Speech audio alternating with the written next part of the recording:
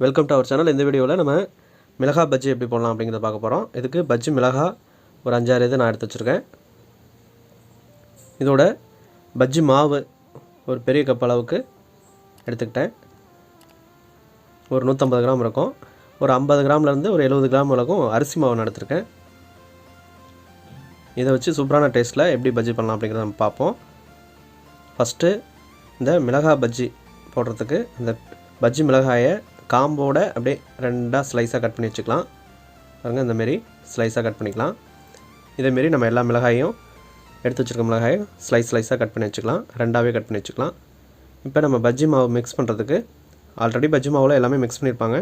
நம்ம அதை ஒரு பாத்திரத்தில் ஆட் பண்ணிவிட்டு அது கூட கொஞ்சம் அரிசி மாவு நம்ம ஆட் பண்ணோம் அப்படின்னா கொஞ்சம் நல்லாயிருக்கும். ஸோ அதனால் அரிசி மாவு ஒரு 50 கிராம்லேருந்து 70 கிராம் அளவுக்கு நம்ம ஆட் பண்ணிக்கலாம். 150 கிராம் பஜ்ஜி மாவுக்கு இதில் வாட்ரு தேவையான அளவுக்கு ஆட் பண்ணிவிட்டு ரொம்பவும் லூஸாக நம்ம கரைக்கக்கூடாது.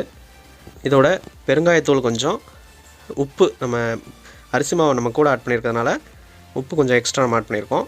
ஏற்கனவே இருக்கிற பஜ்ஜி மாவு மட்டும் நம்ம போட்டோம் அப்படின்னா உப்பு அதில் கரெக்டாக இருக்கும். அரிசி மாவு ஆட் பண்ணுறதுனால சால்ட்டு நான் கொஞ்சம் ஆட் பண்ணியிருக்கேன். மாவோட கன்சிஸ்டன்சி பாருங்கள், இந்தமாரி இருந்தால் தான் உங்களுக்கு எண்ணெய் அதிகமாக இருக்காது. அதுமாரி பஜ்ஜி நல்லா உப்பி வரும். இப்போ இதை நம்ம பொரிச்சு எடுக்கிறதுக்கு பாத்திரம் அடுப்பில் வச்சுட்டு அதில் தேவையான அளவுக்கு நம்ம செக்கில் ஆட்டின கடலை எண்ணெய் அதில் ஆட் பண்ணியிருக்கோம். எண்ணெய் நல்லா சூடானதுக்கப்புறம் இதில் ஒவ்வொரு மிளகாயை அந்த பஜ்ஜி மாவில் மிக்ஸ் பண்ணி பரட்டி எடுத்து அதில் நம்ம போட்டுடலாம். இதேமாரி ஒவ்வொரு மிளகாயாக அதில் நல்லா டிப் பண்ணி நம்ம அதில் போட்டு பொரிச்சு எடுத்துட வேண்டியதுதான். எண்ணெயில் நம்ம போட்டதுக்கப்புறம் ஒரு 2லேருந்து 3 நிமிஷத்துக்கு அப்புறம் அப்படியே நம்ம அதை ஒரு கரண்டி வச்சு அதாட்டி ஒரு இடுக்கு மாரி வச்சு நம்ம திருப்பி போட்டுக்கலாம். இல்லை சிக்கு குச்சின்னு சொல்லுவாங்க, அதை வச்சு நம்ம திருப்பி போட்டுக்கலாம். இல்லை நம்ம அரிக்கரண்டி வச்சு கூட நம்ம இது பண்ணிக்கலாம்.